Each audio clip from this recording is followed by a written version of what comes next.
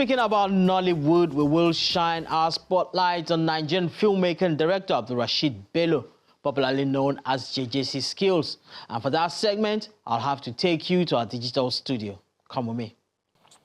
Welcome to this side of the show, and what we will be doing today is take a deep dive into some of the trending content that we have that is making and creating buzz out there. And today we'll be looking at the movie Hakeem Seeking Justice. It's an action movie that stars Deyemi Okonlawon. I'll tell you something about this movie. The week it was released, it became the third most highest grossing movie, and it's behind two giant Hollywood titles, and that's Superman and Fantastic Four. If that is not something, I don't know what it is. I'm now being joined by the director and the producer of the movie, Skillz, JJC Skillz. That is, I just like to call him just Skillz. I hope you're fine with that, right? Either you call me JJC, or you call me Skillz, or you call me Alaji Bello. Or Babadudu. Or Babadudu, where they shout, Aru. Yes, welcome. Thank you very much, for joining us. And congratulations to you. The reviews have been fantastic. I have a bit of them here. Yes. Let's look at this one here. It says, I watched Hakeem. I can't help but commend the filmmaking effort and the intention to push boundaries many others struggle to pull off decently in Nollywood industry. There's another one. It says, and I like this one right here. Look at that one here. And this is from, of course, a media house, and you know that they are serious when they say JJC Skillz pulled out all the stuff for Hakeem Seeking Justice. Nigeria's first big league action movie, complete with explosions, car chases, and fight scenes, he says rival Hollywood. Your head must be swelling right now, right? Well, like you used to say Nigerian balance. Well, to be honest, I'm so glad to see the reviews, and I've been to the cinemas waiting for people to come out of the theater, and I'm asking each and every single person, what do you think of the movie? What do you think of the movie? And they're giving me the same results and the same reviews. For me, I'm so glad, because my intention was not just to make a film. I wanted to make something that was groundbreaking, right. Something that would put Nigerian Nollywood movies at a new level. Absolutely. And I'm glad that I was able to achieve it. Did you have initial doubts? Actually, I think everybody else had doubts. Except for you. When I wrote the scripts and I sent it to especially Deyemi, he looked at it and he saw all the things that I was asking him to do, the kind of fight sequences and stuff, and he was like, it's impossible. This is not possible. I said, trust me, I can make it happen. And obviously, I went through the process of pre-production properly, the way that it should be done. Absolutely. So before we go into the pre-production, which is part of the deep dive that we'll be going into, there's a question I need to get off my chest, and that is the fight scene with Deyemi Okonlawon and Nino. Bolanle Nino Lowo. You know how Bolanle is, yes, you know, all muscled up and stuff. And Deyemi himself is trying to buff up and stuff. But, you know, that scene was explosive on screen. But between both of them, I know how competitive they could be. Was it more explosive off screen? Like, did anybody break a finger? Did anybody bruise their skin or face or something? Well, to be honest, I must give a big shout out to Excel Theatre. Those boys are the stuntmen and the fight choreographers. Well, the process is this. We recorded the fight sequences, took it to the actors individually, trained them personally, then we now took them to Abuja, where they now went into training with Body Rocks, and they kept on training and training. So by the day we went on set to film, they were very ready. They were good to go. So we didn't have any accidents, because for me, it was all about preparation. It's not about last minute or making any mistakes, yeah. All right, so let's look at some of the preparations you made, and thank you for sharing some of these shots with us. I'll start with this one. Let's take a look at this. Sir, it's a little too protected to be a regular resident.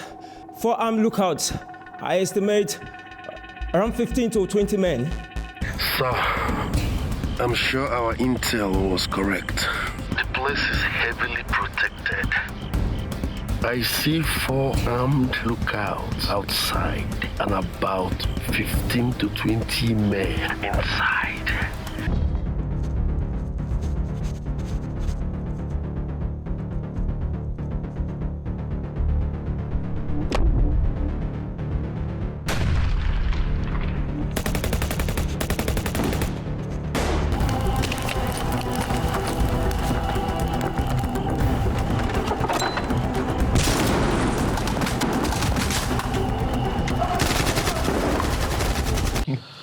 So what you did here is you literally had a dummy shoot. Yeah. You like recorded every scene like twice. You first had that shoot before going to record the real part that we now saw. So I filmed the whole film, not just parts.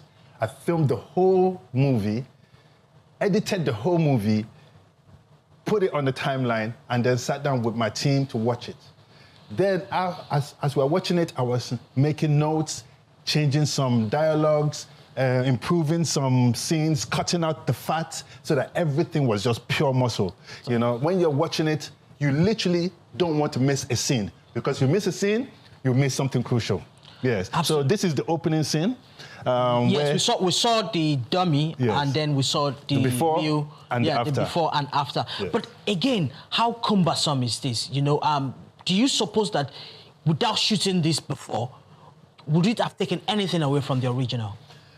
I think it would have taken a little bit off the original, right? Because we had what you call preparation, and that is very important. When people look at movies in America, you don't actually get to understand that these people have shot the film 2 years before they even shoot the film. They will probably sometimes do the animation, do the graphics, do the whole movie in anime, and get approved by the heads before they even call any actors to start shooting. So this is exactly the same thing we did. And I think that when Nollywood start doing this process, we'll start having better results. Instead of having moments where you're like watching in the movie and you're like, oh, I should have not shot this one. Or just like when you called me, you said, is there any clips that did not make it into the movie? And I was like, no, because I already knew what I wanted to shoot. So I was very intentional. That's very good. Let's take a look at another scene here. And yes, this scene here. So here, these are the Excel boys. And this is the fight sequence for Monday and, or let me not even give it away. Yes, because we still have a few people who haven't perhaps not seen it, but hey, there it is. Wow. So you can see all the moves are matching exactly what we prepared. Bang, boom. Look at that. Yes. This was a dream shot, 360 of two machine gun. We wouldn't call this the Rambo look. Yes, I was going to say the Rambo part, right. So speak to us the challenge of filming like the fast action choreography, the fight choreography, and you had that camera and you must follow and pick all of that. Okay, so we had there's different tactics. Of course, the actors were ready. Right. But nevertheless, even though they were ready, I want perfection. Right. So I broke the fight sequences into what you call 3 moves or 4 moves. Right. So 1, 2, 3, 4, stop. Then we'll take that. Then I'll reverse the camera, do the same thing again.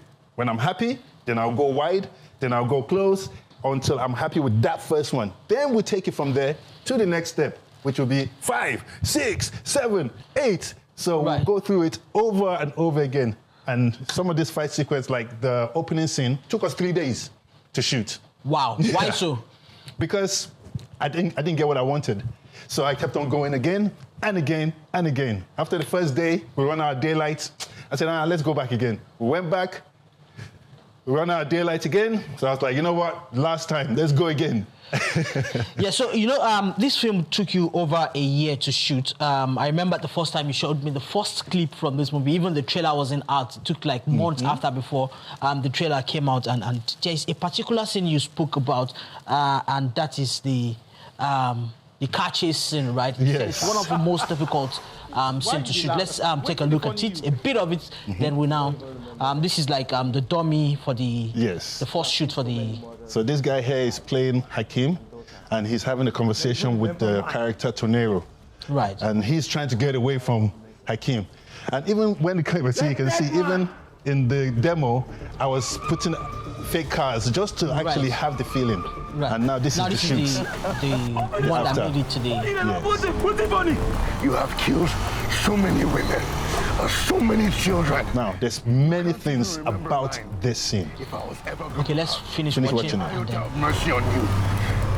It's gone. You're a dead man. Those are expensive cars. Now, let me shock you after.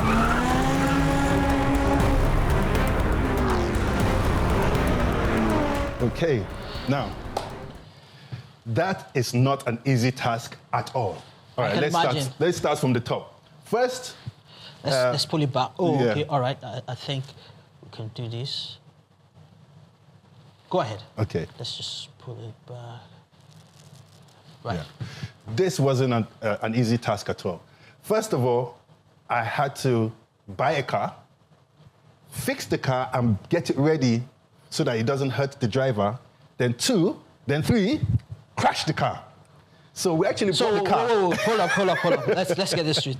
You bought the car Just to crash it. just to crash it. Yes. Fixed it up, pimped it. Yep. Beautiful colors. Let's look at it. It was originally a blue car, but we Pimped painted it up it red. just so you can crash it. Yes. Filmmakers. So it took, I mean, this one took 2 days, this driving scenes.